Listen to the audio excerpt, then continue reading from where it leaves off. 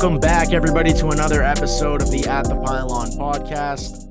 Alongside Chandler Betts, my name is Nick Antonakas. Chandler, it's a cold, and apparently in UMass, it's a snowy Monday night. Snowing right now, yeah. What a great way to add to this depressing mood that we're all feeling after the Patriots' horrible game on Sunday, huh? Yeah, this shirt right here, give me 1 second.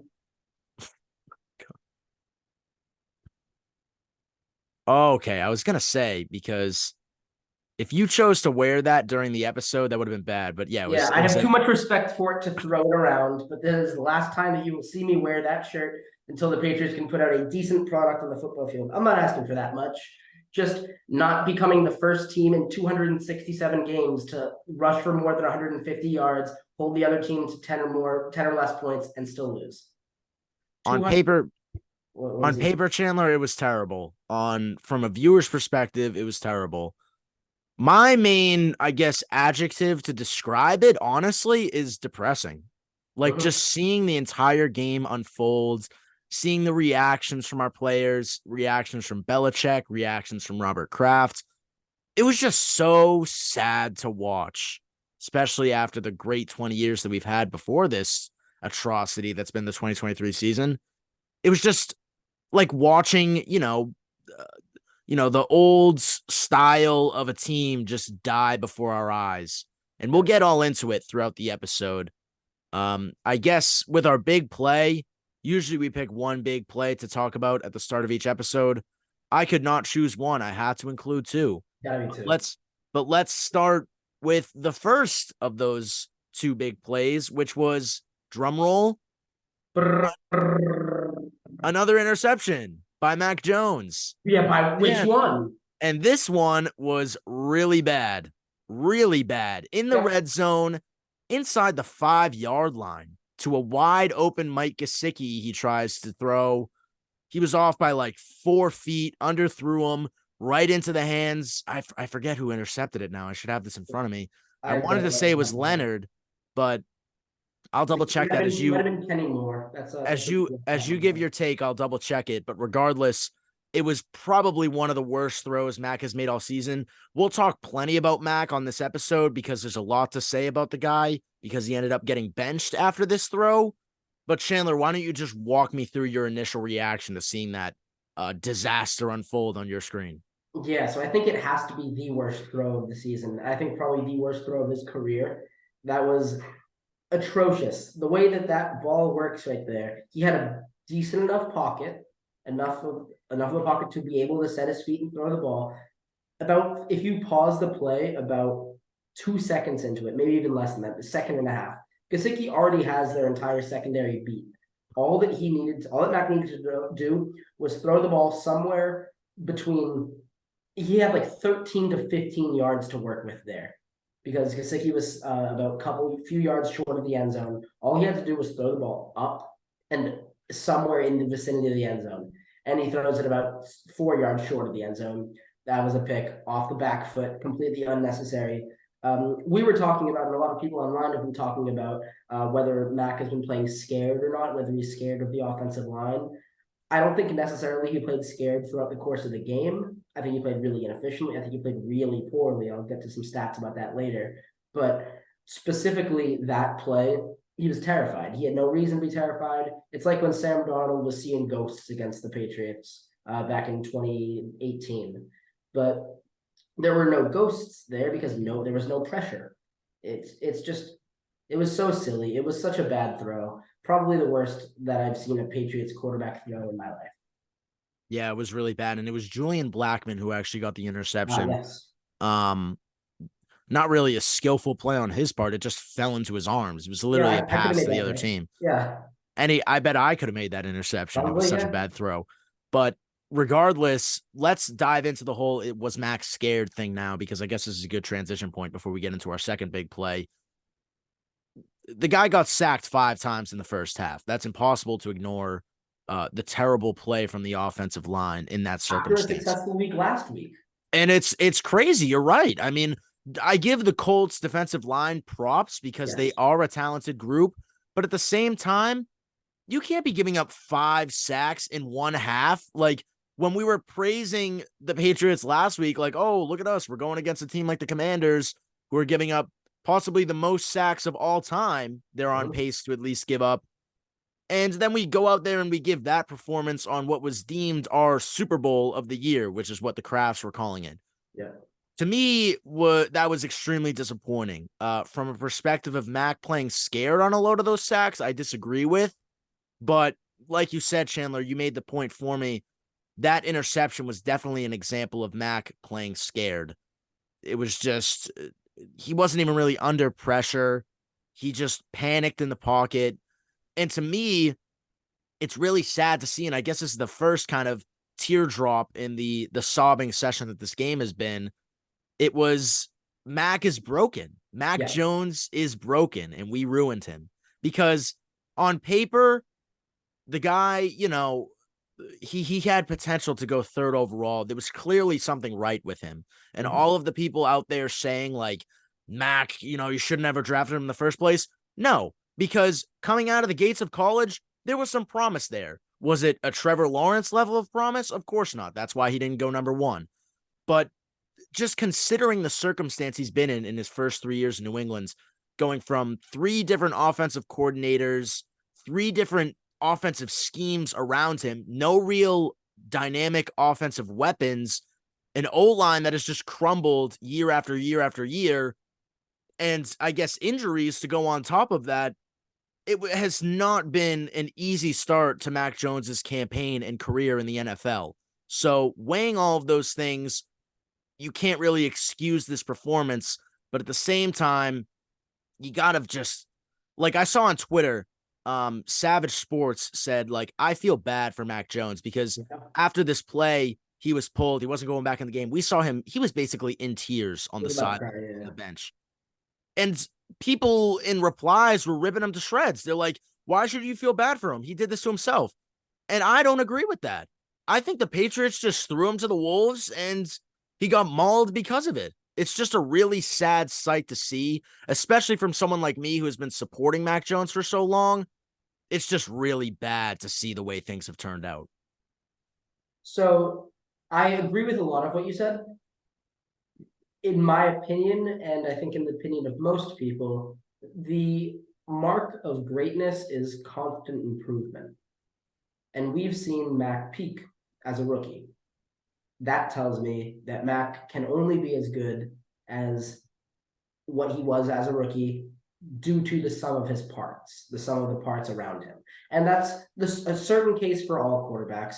But again, I've made the comparison for I think the past 2 weeks. CJ Stroud, he came into a horrible organization, an organization that just last year we were all collectively saying was the worst organization in football, that they were horribly run. They had a pastor making all of their football decisions. And then they bring in CJ Stroud, a not strong offensive line who has had one season-ending injury and a couple other injuries on the offensive line. A wide receiver core led by an unproven rookie and a guy with no knees in Robert Woods, a tight end who isn't very good in Breven Jordan and Dalton Schultz. I think Dalton Schultz is pretty good, but okay. Yeah, he's all right, but he's not better than Hunter Henry. Yeah, he's about the same, yeah. Yeah, and a good running back, but also I maybe wouldn't even say Damian Pierce is better than Ramondre. That's close. And he's, 14 touchdowns, 1 interception, back-to-back game-winning drives in the past 2 weeks for a team that has been just straight up atrocious. And they were against good teams too. The Bengals just yesterday, I should say. We're seeing true greatness. And to your point of people saying that we shouldn't have drafted Mac Jones, I think that Mac Jones deserved to go at 15, but I don't think that we should have drafted Mac Jones because we were clearly incapable of surrounding him with the adequate talent. And that goes down to Bill Belichick. I think this is a time that I'd like to drop a little quote from Matthew Slater in the press conference, saying that he says that I have as much faith in Coach Belichick as I've ever had. There's no reason to be doubting who he is as a leader and a coach for this football team. The struggles that we've had on the field this year are due to us and our inability to execute. It's got nothing to do with Coach Belichick. I agree with a lot of that. I don't think it has a lot to do with Coach Belichick. I think it has a lot to do with GM Belichick. We've talked about that a lot. and he's had a lot of issues in terms of building a roster. We can't see that with Mac Jones. Mac Jones, 170 yards, 15 for 20. Now you were like, yeah, 75% completion percentage. That's pretty good. 30 of those 170 yards were from a screen pass at the last play of the first half. Which we'll get into that later, and we'll get into more about GM Belichick too. But one more thing before we move on to our second big play is Mac Jones peaking in his rookie year, I guess, at this point in his career is correct. Would I say the way that he's structured right now, he has potential to crack that peak? Absolutely not, based off the way things are going right now. But if you asked me before this season if I thought Mac Jones's ceiling, I guess, was his rookie year, I would have told you hell no. And that was my whole shtick kind of going into this year. I thought he was going to grow on top of his rookie year with a reset on the offensive calling play side of things. And that clearly didn't happen. So although I think it's possible that Mac could kind of move past his rookie year and do better at this point, considering his circumstances and how ruined he is, I don't think it's possible. But regardless, we'll talk about Belichick and the play at the end of the second half or the second quarter later. But our second biggest play of the game came after Bailey Zappi entered the contest for Mac. As we said, after that interception, Mac Jones was pulled. He was on the bench in tears. Before the offense went back in, he went around to every single teammate and kind of high-fived everybody. He was like, go out there and win it. Go out there and win it. Cool, good teammate. But this was a moment where all of those crying for Bailey Zappi, and I know you and I are not on this boat. We've never been. Absolutely not. But a good amount of the fan base has been so much on the Bailey Zappi train. Like, give him this team. He could take us back. That 3-game stint in 2022 made him a legend. He's the next Brady, blah, blah, blah. Well, he went out there and sold the bag pretty hard, on top of a few pretty bad incompletions and bad throws. The team is faced with a 4th and 1. We draw up a run play for some reason to Ramondre Stevenson for 1 yard. We get the first down. Our offense stays on the field. Zappi calling for the spike. Clock it. He fakes it, looks to throw downfield, and I'm like, wow, on paper, this is a pretty cool call. I mean, maybe Belichick's actually trying to win. And then we see the throw go across the field to literally 4 Colts. Yeah. Easy interception. And even the commentator was like, oh, no. Oh, my God, yeah. It was just like, at that point, I mean, as somebody who has been on Mac's side in the argument, it was sort of funny to me seeing Bailey Zappi throw that terrible pass because it just shut the mouths of everybody who was ever crying for him in the first place. But Chandler, what was your reaction to seeing that play besides laughter masking your pain? Because I was going to say pure laughter. It was hilarious. It was just so absurd. It was I don't know whether that was, I think the only play that the Patriots had ever done that was funnier than that was the lateral last year against the Raiders. That was another one. Whoa. But that one I wasn't laughing because I still thought we might be decent at football back then. I was just flabbergasted at that one. But this one was just pure comedy. And I would actually like to take this opportunity to talk about a quote that Bailey Zappi had after the game. 1 second. He said, "I can't say what I want to say," when asked about the spike call. Now, yeah, going off that, Chandler, you made a good point before we started recording. Right off the bat, based off his reaction after the play, I thought he was calling for a penalty because although his face was very stoic, he was pointing downfield as if he was pointing at the refs in the area, like, what happens? But what did you say before we started recording? I thought on first read of his tone, what I picked up was that he was questioning the play call, that he thought it was a silly play call. And on that end, as much flack as we will give Belichick, I'm being so serious when I say this. I am done with Bailey Zappi as a New England Patriot. He should not have made the team in the first place. We've collectively said that he is barely an NFL quarterback, if even an NFL quarterback. And literally, he cleared waivers on the practice squad as a quarterback who has played before.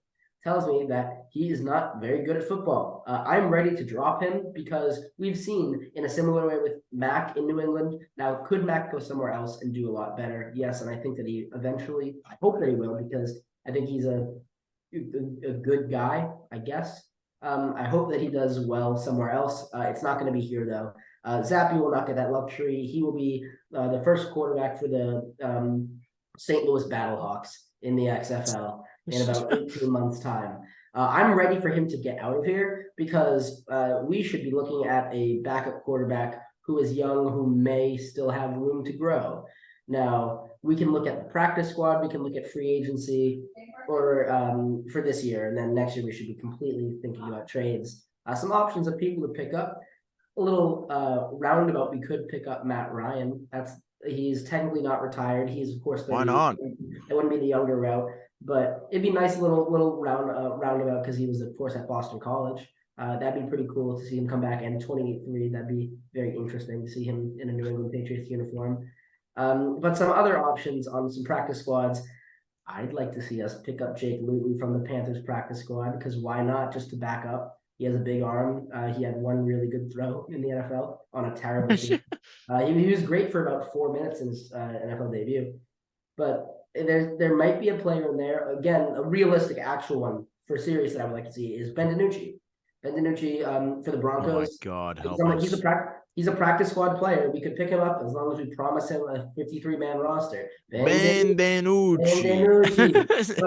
But seriously, he looked good when he played for the Cowboys, given the Cowboys' strong roster. But there wasn't a super significant drop-off between him and Dak. So I wouldn't mind seeing us just give him a flyer. Just give him a flyer. There's no reason not to. What are you going to spend that money on? Nothing. You just have the money sitting there. There's no reason not to give him a 1-year contract to have him set as the backup for the rest of the year and maybe play.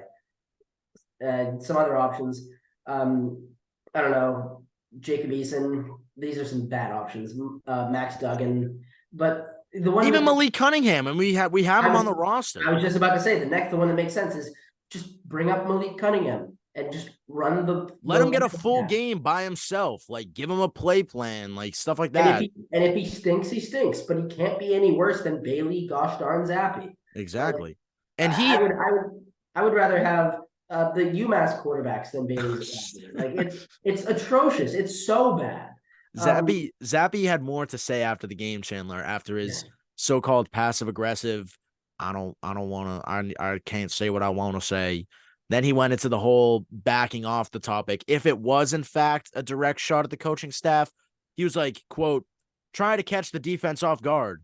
That worked, but it was me trying to force it. So although he may have started with that, even though if it wasn't, in fact, calling out the refs, which, again, nobody saw. I watched back the play like 6 times, and I'm like, where's the penalty? There was no penalty. Yeah. Dude was probably he's like that, like, middle school athlete who's like playing pickup and like he's a tryhard, and then he like goes for like a big play and it goes horribly wrong. He's like, pass interference.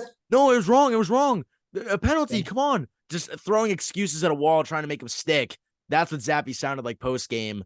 A little bit more of logic behind that disastrous play. He said, quote, we were behind on time, and I guess they have this so-called system of, quote, 1 yard for every second.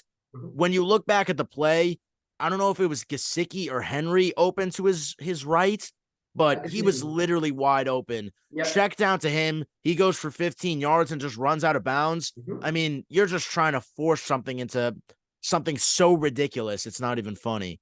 But that's a Western Kentucky decision. That's not an NFL decision. Literally. And from there, we'll move into more of these post-game reaction, Chandler. You already brought up a few, but a few that I kind of want to cover before we move into quotes from Belichick is David Andrews, who always has the luxury of taking first step up to the podium after every game. Poor guy. He spoke on Bill Belichick, and we'll talk a lot about Bill Belichick throughout the rest of this episode. He said, quote, I have a lot of confidence in him. I believe in what he says and does. He went on to kind of talk about how Belichick was the only coach to give him an opportunity coming out of, I forget what school he went to, but he referenced that he was from Georgia, which we know. Georgia, yeah. I don't think, did he go to Georgia? I thought he was just born in Georgia. Yeah. Okay, all right. So he went to Georgia. Anyway, he was No. Andrews, David Andrews. Yeah, I'm checking. Oh, okay. Oh, He you're was checking. I thought you good. said Belichick. I was like, I don't Oh, know where no. Belichick went to college. Yeah. Okay. So yeah, he was the only guy to take a chance on Andrews coming out of college. Mac Jones, obviously, I guess we'll kind of transition back into that um end of the second quarter play. That was a screen pass. Mac Jones got drilled about that right off the right out of the gates of the post game conference. He said, "quote When asked about the play, he said, quote No clue. 2 seconds left. Needed 60 yards. I don't know. So bad. Yeah, I we've literally I seen. have nothing else to contribute. I don't know anymore. It's I just have something to contribute here. We've seen so many times the situation ending a half or ending a game where we're about 55, 60, 65 yards out of the end zone. And what do we never do? Throw a Hail Mary. And what does Bill say pretty much every time? Mac doesn't have the arm for it. He said that without fail every single time, except this time, because I think that he's realizing that he's a lame duck, and so is Mac. So there's no reason to drag him down. But he said every time when questioned about why didn't you throw a Hail Mary there, it's like Mac didn't have the arm for it. So he didn't have the arm for it. Simple as that. And of the, like I said earlier, Mac threw for 170 yards on 20 passes. That in itself is not terrible, I guess, but 30 of those are just that stupid screen pass. So he really only threw for 140 yards in an NFL football game. That's just atrocious. it's really bad. And considering, I mean, one positive that I'm just remembering is that Kayshon Boutte did in fact play He in this did. game. Yes. Hallelujah. He had one reception for 11 yards. Go. Hooray for that, I guess. That's But almost a tenth of his passing yards on the day. but literally, Bill Belichick didn't stop in terms of sort of getting assessed, I guess, about Mac Jones. Jones was even directly asked, does Bill Belichick still believe in you? Do you believe that Belichick still has belief in your abilities? Jones said, quote, I'm not sure. I don't know. And then reporters asked, do you believe in yourself? And he said, quote, I do. So I'm just at a loss for We're in the words, Grand honestly, Canyon. We're in the because Mariana Trench. I'm at a loss for words because it's just, like I said at the top of the episode, it's just depressing to see how everything turned out from after that zappy play. Jones still looked so defeated on the sidelines. Belichick just like threw his hands over his face. He was just like, oh my God, like the worst case scenario we could have imagined just happens. All the players, like half of them didn't even go to the middle of the field to like greet the Colts. Like they just like went sadly and somberly into the locker room. The post game reactions. That's why I have so many quotes down, just because these Yeah. quotes don't speak justice for themselves, because the entire atmosphere following this game was just like heartbreak. Everybody was done. And all of this talk in the past that you and I have, and majority of you, I guess, has said that it's been cover up and there's been real no motivation behind the scenes, even back to like week 1 when we lost to the Eagles and Judon was like, we know what we have to do to figure it out. You were just kind of saying like a team has to say that. And the more time has gone on, the more I've believed that like that's true. And they're just kind of saying it because they have to. But we didn't even have those responses this time. This team's German Super Bowl Yeah. just was a disaster. I'd like to It talk was about the German part a little bit. go for it. So imagine you live in, let's say, Hamburg. It's not Frankfurt. You have to drive to Frankfurt for this game. You want to know how many people were when it in line? Of course, it was online in the summer. You want to guess how many people were in line for a ticket for that for one of the two games? Oh God, how many? 1.2 million. Whoa. And they got to see Imagine being Patriots like, versus wow. Colts 10-6. Yeah, imagine being like, wow, I'm finally able to see an NFL football game. And it's the Patriots. It's my favorite team because, of course, we have a lot of bandwagon fans due to our success. Yeah. They're their fans, which is, there's no shame in that, especially if you're from a foreign country. It's like an accomplishment, if anything. It's like, exactly. It's like, wow, I get to see my favorite team play. And this is what you see. I might immediately fall out of love with football. If that was my first ever football game I watched in person, And I mean, can that you would have imagine how been much tickets costed? so much, I'm Probably sure. through Yeah. the roof. I'm curious. Let's see if this article says it actually. I don't know. And I guess Yeah. unless if you have one No, more thing to add, keep going. I'll find it. we'll move to Bill Belichick I found it because already. I he's the read it. main kind of point to discuss here. They were 82 to $245, but not anymore. But Oh, now there was a resale market, of course, which is so much more, I'm sure. of course. What Robert Kraft had to say before the game on NFL Network, he said basically that he's never seen a team this bad. I mean, although we have gone 2-7 before, he just didn't remember. He 2000, said, yeah. quote, "This is our 30th year that I've had the privilege of owning this team, and I've never been 2-7. Regardless, the point is getting across that they're bad. So sure, that's understandable. But what do you think is in store for this duo that has been such a powerhouse over the years that could be possibly coming to an end?" Yeah, so I have thought about this a lot, and I haven't really changed my opinion. I really don't think we're going to fire him. I think that what will happen at the end of the season is there will be a mutual termination or a mutual departure, and he still has records that I'm sure he wants to go for. I really, in the same way that I don't think I could ever seen Brady play in another uniform, I'm starting to think that we're going to see Bill Belichick coach somewhere else. And I think it's going to be a trade in a similar way that the Sean Payton trade was. I think that we may even get a first round pick for him. But if we fire him, we lose the ability to do that. I don't think that's going to be the case. I think that we're going to have a mutual termination at the end of the season, and we're going to hold on to his rights for the next 2 years. Whether he wants to come back or not is a different question. I don't see a future for this duo.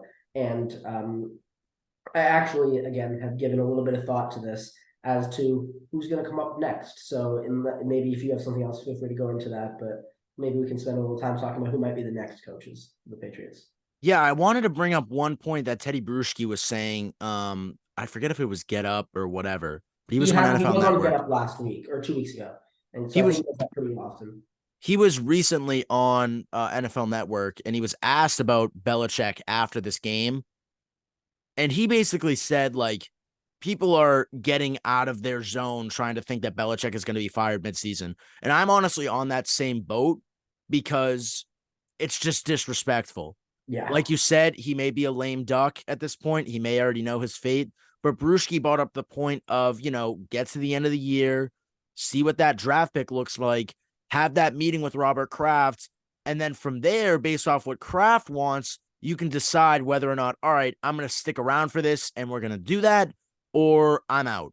Because the fact of the matter is, I still kind of stand by the point of if Belichick is casted out as general manager, he will not stay as the coach. He kind agreed. of needs to hold both of those titles if he's here. Now, if Kraft can somehow work out a deal with him where he has a stranglehold over Belichick and his general manager decisions, maybe that could work. But it all starts with once the season ends, Kraft needs to assess what he wants Belichick to do in the draft, who he wants him to pick, what avenue we're going in terms of quarterback, and I guess the rest of the quote unquote talents we have on our team, and then just go from there. And if Belichick is down for the ride, he can go for it. If not, then it's just a respectful parting of ways. That I feel is the best avenue to go about this. Now, we are entering the bye week right now until we play the New York Giants in 2 weeks, but Yeah. it's a little bit scary considering that something like Belichick being fired is possible, but I just don't think it should happen that way. And the Agreed. more time goes on as dust settles from this game, the less of a chance I feel that's going to happen. He also did a media hit for 98.5 this morning, and I don't believe that you would have somebody do that if the plan is to fire him throughout the course of this bye week. But then again, you have to consider, would Belichick even have a heads up notice that he's getting fired Well, but that soon Kraft would after? have gone to WEI and said, "Don't do the hit this week." I think. I don't know. That might have caused a stir.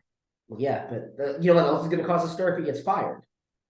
Well, yeah, of course. But yeah, Chandler, there's a lot to discuss in terms of Belichick and his general manager decisions. One of those you have to center around who the quarterback is going to be for the rest of the season. Now, we'll get into the coaching aspect in a minute and who replacements could be, but this issue surrounding Mac Jones and the quarterback position as a whole is something that faces the Patriots right now. Obviously, in the game, as we saw and we said earlier, he got benched for Bailey Zappi. That did not go well. But considering that the way things unfolded in that game and the unclarity surrounding who the quarterback is going to be next, or at least after the bye, what do you think the move is now from the Patriots coaching staff to decide who's going to take the helm of this disastrous offensive ship? So I think the move is going to be just rock with Mac, and that's not necessarily a bad thing. But at the same time, what else are you going to see out of him for the rest of this year? You've already seen everything you need to see out of Zappy. We know that he stinks. Mac in this system, in this situation in 2023 stinks. So I think that you should be looking at something else. Try to just give something else a chance. Throw a couple things at the dartboard, see if they stick. Because at this point, realistically, it feels bad to say this and it feels negative to say this, but what do you have to lose? If you have the chance to pick up someone from free agency, give them a week to learn the offense and then a week to play, see what they can do. See if you find lightning in a bottle. There's no reason to not give it a chance because we've seen that the floor can't be much lower than this. And Belichick talked about it post game. He said when asked about the quarterback situation and Mac Jones in general, although for the most part he was very much like, "Oh, I have faith in all of our players." I'm very much on the, we'll see next week. One thing he said specific to the quarterback situation was, quote, "not making any quarterback decisions at this time." Yeah. So while that's something to weigh, I would agree with you, Chandler, in saying that Belichick is probably going to stick with Mac Jones. Just because of, first off, Zappy is nowhere near capable of holding on to a starting quarterback role in the NFL. Although I'd love to see Malik Willis get some reps. Cunningham, I don't know why I just said Malik Willis. Malik Cunningham get some reps. If somehow we could get Malik Willis, I wouldn't be too mad. I'll take him. Why not? Yeah. Anyway, I mean, yeah, he is the backup now for the Titans, as they have Will Levi in. So, Nice. Yeah. oh, damn it. I'm talking about the jeans, not the It's all, jeans. yeah. Anyway, I think they're probably going to stick with Mac. As much as I'd love to see Yeah. Cunningham shift into the lineup, I feel that he was dynamic in the preseason, but Belichick, for some reason, is like reading him as an Edelman type player. He's like, "We got to revert you to wide receiver. You're going to be our wide receiver. You need to learn to catch the ball." Like, not everybody is lightning in a bottle like Julian Edelman was and can just flip from quarterback to wide receiver like this. So throw him in at quarterback. He's kind of like Lamar Jackson. He went to the same college as Lamar Jackson. He runs like Lamar Jackson. Put him in. Yeah. Please. But regardless, we're probably going to stick with Mac. But in terms of the tankathon, that's not looking too bad, Chandler. We're slotted in at the 3rd overall pick in the draft. We only traded the Panthers, whose pick belongs to the Bears, and the Giants, who we play after the bye week. This is the first time we can actually say this as Patriots fans. We're witnessing a tank bowl. This is the tank bowl. And I feel so happy to see this because this is going to be maybe even worse than the Colts game. These are the two teams with the lowest points per game scored. We have I think it's 15.6 and they have 11.2. They are so bad at football.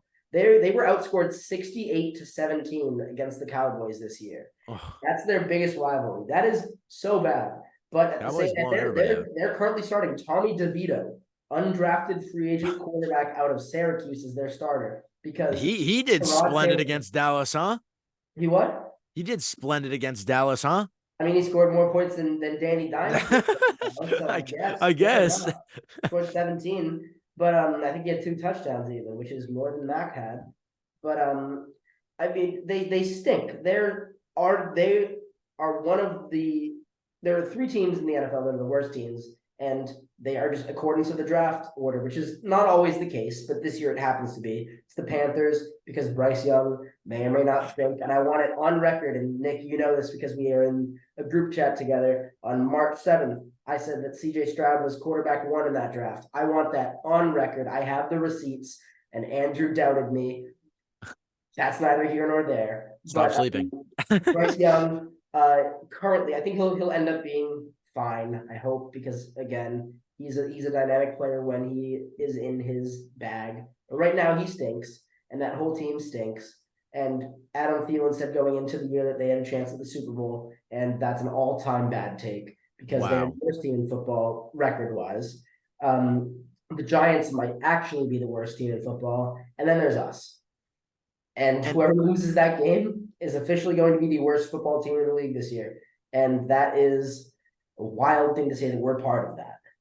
yeah, and we'll talk more about the Giants game coming after the bye, obviously, in future episodes. Yeah. But one responsibility as we trickle back to Bill Belichick now would be when the time comes to make that selection, whether it's third overall, fourth overall, second overall, maybe even first overall First, at this rate, maybe possible. is Belichick going to have that nod? Now, talking about possible, I guess, replacements for Belichick, you think he's a lame duck. I don't see it totally ruled out of the cards that he might stick around, but at the same time, it's not looking any good right now that he'll be around after this year. Talk to me about some replacements you may have in mind to take Belichick's throne. Sure. So the obvious one and the one that I know that you're in support of is Jerod Mayo. Right now, he is the assistant head coach of the team. He's overseeing the defense to a certain extent, I would assume, and the defense has been pretty injuries considering. The defense has been good this year. I'm not really mad in saying that the defense has been good considering everything that has happened. I agree with you. And would he be the worst hire? No, I don't think so. But at the same time, I think that a hard reset is necessary. I agree with you there. I know I supported Mayo in the past. I'm just going to cut you off really fast. Oh, you're But not I like Mayo. Don't get me wrong. I wouldn't be pissed if he took over, but I'm more on the boat of like, we need somebody fresh. Like, we got to clear out the pipes here and just like I'm proposing 5 better options. go One of for which it. I don't think is realistic, and the other ones I think are. The first one, I'll go with the unrealistic one. It's Vrabel. I don't think that he's going to leave Tennessee because why would he? I talked about it last time, in the sense that he's not really a Patriots coach because a lot of teams will have their star players that they want to get into coaching. They'll bring them in to do that. He never did that. He was with Bill O'Brien in Houston, and that was his bring up. He's not in the Belichick tree in terms of coaching. It's like a separate sprout, but he's separate of that. So I don't think that that's really realistic. However, if he decides that there's a rebuild in Tennessee, there's a rebuild in New England, let me do it in the place that I played. If he decides that, I would embrace him with such open arms. I think he's a good football coach, and I think that he is deserving to be the next Patriots head coach if he wants to be. However, I don't think that's realistic. So I'll pose a couple other options. First of which, Lou Anarumo, defensive coordinator of the Cincinnati Bengals. Now, I have 2 defensive and 2 offensive for this. I think we should go offense, but Lou Anarumo has been passed over for a head coach job a couple times. He's really been key in this Bengals resurgence over the past few years with Zach Taylor. And I think that he's a good option. He was the finalist for the Cardinals job last year, lost it to Gannon. Didn't agree with that call myself, but we'll see what's happening with that. Next up, Eric Bieniemy, who's the assistant head coach and offensive coordinator of the Commanders. Of course, he was the offensive coordinator for the Chiefs for a while during their Super Bowl runs. And the big question with him is, well, there's 2 questions. One, there's some kind of criminal record, I think, that would need to be cleared with him before he does anything. Of course, I think that may or may not be have become an issue with him in the past in terms of getting a head coaching job. So that would need to clear first, of course. But the big issue is, can he do it with a not good team? Because, of course, Patrick Mahomes has the capacity to make anybody look good. He's showing with Sam Howell. I think that Sam Howell's a pretty good quarterback. I think he's probably like a 20 to 25th best quarterback in the league type guy. Mm-hmm. But right now, he's leading the NFL in passing yards. Eric Bieniemy is showing that he can run an offense. And if he's done it in Kansas City and he's done it in Washington, maybe he can do it here. The second option, and maybe I don't know if this is realistic, but Brian Flores. I love it. I love it so much. I take him. I literally in a heartbeat. I take him back. But at the same time, I don't know if he would want to come back to New England because of the whole Belichick texting Brian Flores about Brian Daboll getting a job. Well, let me interject really fast because I actually did a project on this. he Sure. wasn't mad at Belichick. No, he It can't. was more that the miscommunication caused was leading to him finding Yes, out about the issue, of course, with of the course. whole Yeah, like he didn't get an I'm working interview or with that in whatever. my sociology and sport class right now. Actually, Oh, really? shout out to Dr. McCauley. It's a good class. But Yeah, I take Flores back in an instant. And even if yes, there's beef with Belichick, I mean, he's gonna be well, gone. So yeah, sure. But I think there might be some kind of organizational dispute there. I hope not. I'd love I to see hope Brian not too, Flores back. because he's currently the defensive coordinator of the Vikings. He, I think he's their offensive coordinator. Am I no, wrong? you're wrong. Yes. Okay, yeah, I was gonna say because I thought when I saw the Vikings playing, it said offensive coordinator on the I think graphic. so. That might have just been wrong. Let me Hold check. on. I'll look it up. You keep talking. Um, I have it right here. He's the defensive coordinator. Okay, all right. That's Because I was gonna the say then the graphic must have been wrong because I was shocked when I saw it. I was like, I yeah. didn't bother to double check. So Yes, that's kind of but stupid. yeah, he's their defensive coordinator right now. Last year he was, I believe, the linebackers coach for the Steelers, Hmm. and the year before, of course, he was a head coach, and he was a good head coach. They actively wanted him to lose. They were allegedly trying to pay him money to lose games, and he won out. I hate the Dolphins. I also hate the Dolphins. Actually, I like watching the Dolphins, but I do hate the Dolphins at my core. But because we have to. But We have I to. mean, he's a good football coach, and he would have a good connection with the players, and he would have a good ability to create a culture. He knows what the Patriots culture is supposed to be in the same way that Vrabel does, to a little bit lesser degree, but still, I think that'd be a great signing. And then the boy wonder, the one that everybody wants, is Ben Johnson, offensive Mm. coordinator of the Lions. I've said this in at least 4 episodes. Please just move heaven and earth to get this man. This man is currently the best offensive play caller that is not currently a head coach in football right now. He is of the new school in the sense of spreading the ball out, this new jet sweep, this frequent motion. You see it with Mike McDaniel a lot. Actually, you see it a little bit with Bill O'Brien, who I saw a stat that he is currently leading. They're 10th in the NFL in terms of motion plays that involve motion, which is not bad. It's pretty progressive in terms of offensive play calling. But Ben Johnson, what he does that separates him, and what I especially think would make him great in New England, is he's molding the new model with also like a smash mouth kind of offense. You see, they have David Montgomery rushing for a casual 130 yards in some games. Hmm. They have Jahmyr Gibbs, who's finally lighting it up now. They rushed for, I think, 200 yards in their last game. This is a really strong offense, and he's making Jared Goff look like a top 10 quarterback. This is poetry in motion to see. And he's got nothing but rave reviews from everybody he's ever worked with. He is mastermind behind this resurgent brand new Lions team. And if we can see him in New England, that is a huge thing. That is a cultural reset, and that is a potential new wave of coaching in New England. Now, the question surrounding who the general manager will be if Belichick ends up leaving is a totally different conversation that we'll save for next time. Yeah. But regardless, Belichick is not done with his whole general manager power trip, as following Sunday's game, and this builds on a whole controversy built on from last week and even from the summer, we saw cornerback and former third-round pick Jack Jones get cut from the team. He was placed on waivers. If he ends up clearing waivers, he'll become a free agent. We know, Chandler, that he had some personnel issues. He was late back to the hotel, along with JC Jackson, who we found out before Sunday's game actually never made it back to the hotel, which is why he didn't even make the trip. Yep. Jack Jones at least showed up. He was just wicked late. And you and I were talking last week. If anybody should be on thin ice, it's Jack Jones, considering the legal trouble he had in the offseason. Just like that, after he plays this weekend, Belichick must have not been impressed. Along with the personal issues, he cuts him. Now, I was a big Jack Jones fan when we drafted him. From a personality standpoint, I can see it.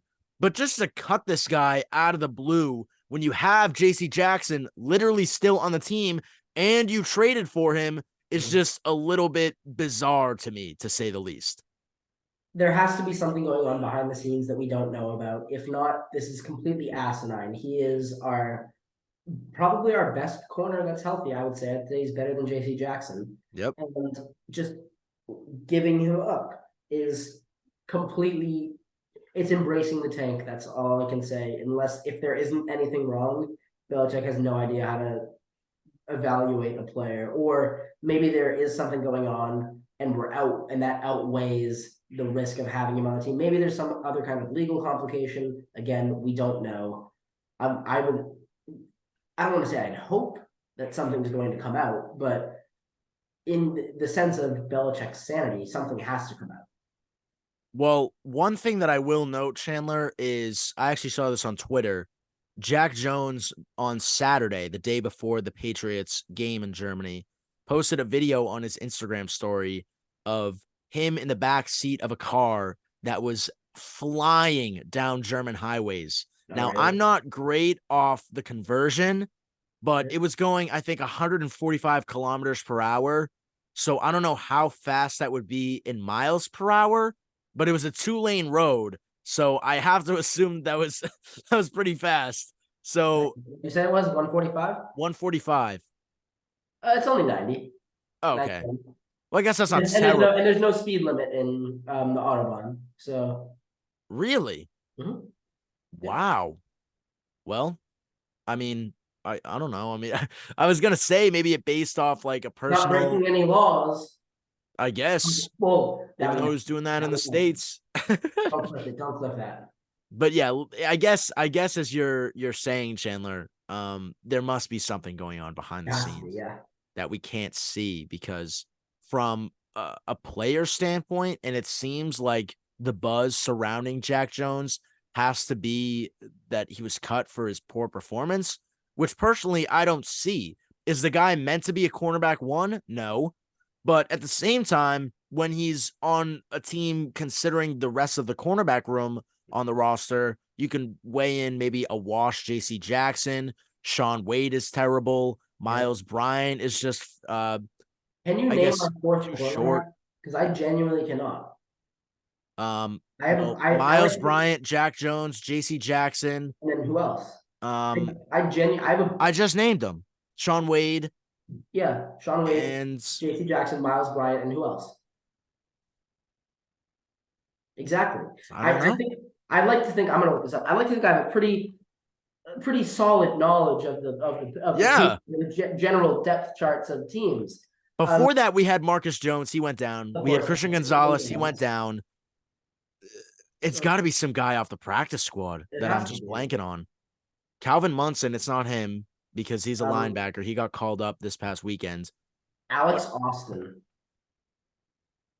No clue who that is. Whoa. And we cut Amar Speed, who we I think we got. did.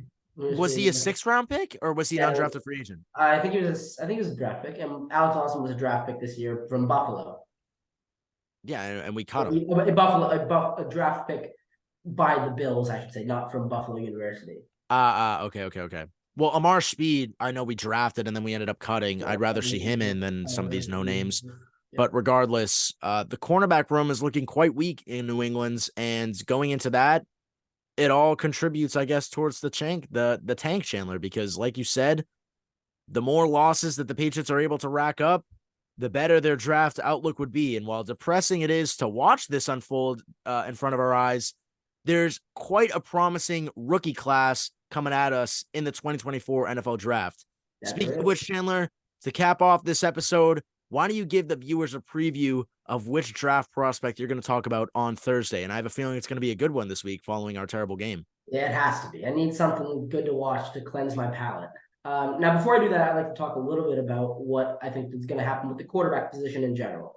So this is very dependent on our draft position. If we end up being in the top three, I think that we'll end up taking a quarterback. If we're not in the top three, we probably won't until the second round. If we do take one in the second round, I think that we should pair that with a free agent or a trade. Some options that I aggregated. I'll go from least desirable to most desirable. Least desirable, that would still probably work. Tyler Huntley, Sam Darnold, Gardner Minshew, Jameis, Jacoby Brissett, Josh Dobbs. That one would be pretty cool.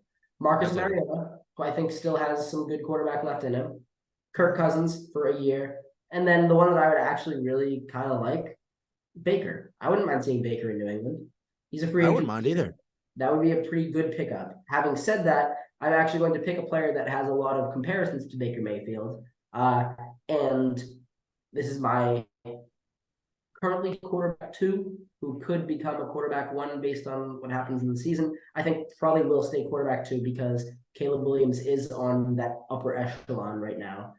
It's Drake May, quarterback out of UNC, special talent, the guy that actually took over the job immediately after Sam Howell left as a true freshman. He was the ACC freshman of the year. He's shown he's only gone up from there. Currently, his quarterback coach is gosh, I'm forgetting his name, Clyde Christensen. Clyde Christensen, that name might ring a bell to you because he was Peyton Manning's quarterback coach for the Colts, and he was Tom Brady's quarterback coach for the Buccaneers. And I'll hopefully find some quotes from him, but I remember hearing something about him saying that he has a mind equivalent to those. So, or something along those lines. Wow. So I think that there's a very special player here that we're going to be covering on Thursday. Well, hopefully the Patriots can land themselves in a good enough draft position to have a chance at landing Drake May. Will Belichick even make that decision? I don't know. But I pick Joe Alt, like I said. It all is delayed to see what the decisions come from New England in the offseason. But regardless, we'll have a preview episode slotted for this Thursday. I have one more thing. I'm so sorry. Yeah. Chad Riley needs to be cut from this team right now. Oh my God, we forgot to talk about him. About that. I was thinking about. I was like, I feel like I'm forgetting something. That man missed a 35-yard field goal. It was thankfully I was watching this with one of my roommates. He was like, well, at least it wasn't the first missed field goal in Germany because Matt Gay missed one before. But oh my God, we traded up for this man after Jake Moody. And we traded Nick Folk away from him. Nick Folk was the best, most consistent player on this Patriots offense since he joined the team. And we slapped him in the face, trading him for a 7th-round pick to the Tennessee Titans, who aren't even that good. They're just wasting his talents. And now we have a guy like Chad Ryland, who we put the whole, like, this is your team now. We just traded away a veteran who, low-key in 2020, was like our MVP of the team, considering how bad we were. Yeah. It was just... Yeah. I was just like, oh, like, why couldn't we just keep a guy like Nick Folk on this team, and at least our kicking team could be successful, because that was something fun to watch. 1 field goal this year. How many has Chad Ryland missed? 5? At least I can count off the top of my head. I think I want to say 4, but I don't know off the top of my head. Yeah, this man's a bum. While you look it up, he has a big leg, but I said it after, I think it was the 2nd week. Every single ball that he hits draws really strongly. It's always going to go right to left. And even in the one that he made right after that miss, if that was like 3 yards farther out, he was missing that kick. He missed a 35-yard, and he almost missed a 30-yarder. If it was 34 yards, he probably would have missed it again. Whether that is a reflection of the special teams coordinator, whether that's a reflection of him as a kicker, that's up to determination, I suppose. But this man's a bum. He needs to be gone. There's a kicking carousel every year. There's always players that stay ready. Go get somebody. Matt Gay was the kicker for the Rams 2 weeks ago, and now he's the kicker for the Colts. You can do it. You can find a kicker like that. Just make it happen, please. I don't want to see Chad Ryland kick again. He did miss 5 field goals this year so far. He's gone 12 for 17. His longest field goal being a 51-yarder. Like, bring back Justin Rohrhauser. Like, to think that we've gone 0-2 on kicker picks is just crazy to me. And the only pick I was thinking about this actually also. Let's look at, again, I know we were just about to end the episode. I have so much more to say.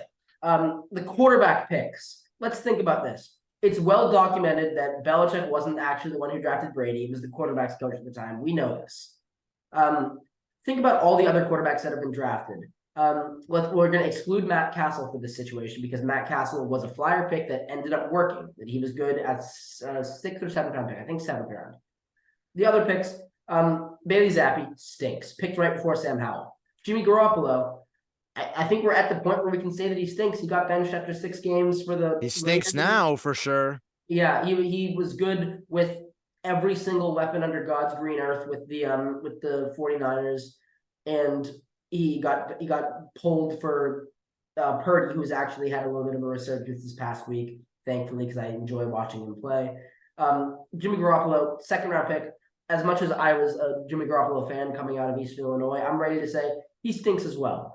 What other quarterbacks have we picked? Stidham, I don't want to hear it. Stinks. Horrible pick. I'd rather him on the team right now than Bailey Zappi. Bring him back. I would too, but that doesn't mean he doesn't stink. He was the future, damn it. the ability to evaluate quarterbacks has been completely missed by Bill Belichick. And whether that is the case, I understand that he didn't need to develop a quarterback because he had Tom Brady. Mac Jones, we're saying, is a miss. Bailey Zappi's a miss. Every single successor or supposed successor to Tom Brady has been an airball. Matt Castle? Did we draft Matt Castle? We did draft Matt Castle. I was saying that was the exception because he played good for He's right. 1 year and Brady got hurt, and then he became a Pro Bowler in Kansas City. He's a talented quarterback. He actually never played at USC. Fun fact: he was the backup to Carson Palmer and Matt Leinart for his whole time there. Wow. Interestingly enough, and John David Booty, I think, was the other one. But he just had a really good pro day, and Belichick was like, "Oh, we'll take him in the 7th round," and it was a good pick. But since then, he hasn't been able to draft a single good quarterback. Kevin O'Connell being one of them, actually, coach for the Vikings. We stink. We can't draft quarterbacks. We can't draft kickers. We can't draft anything other than 7th round and undrafted free agent defensive backs. And Jelani Tavai is our best player. Well, Chandler, that's a great sum up of this very sad and very long rant that this episode has been. It took up 2 Zoom meetings, guys. So yeah, there's a lot to say, and that will continue into our preview / mid-season assessment episode on Thursday. Following that, on Monday, we'll have the game preview episode for the Pats versus Giants game.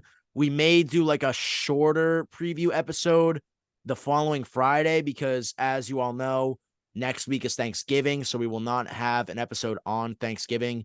We would have done an in-person one because Chandler's going to be home, but I'm not going to be in Arlington. Boo! So Everyone at home, boo Thanksgiving! Boo! Thanksgiving.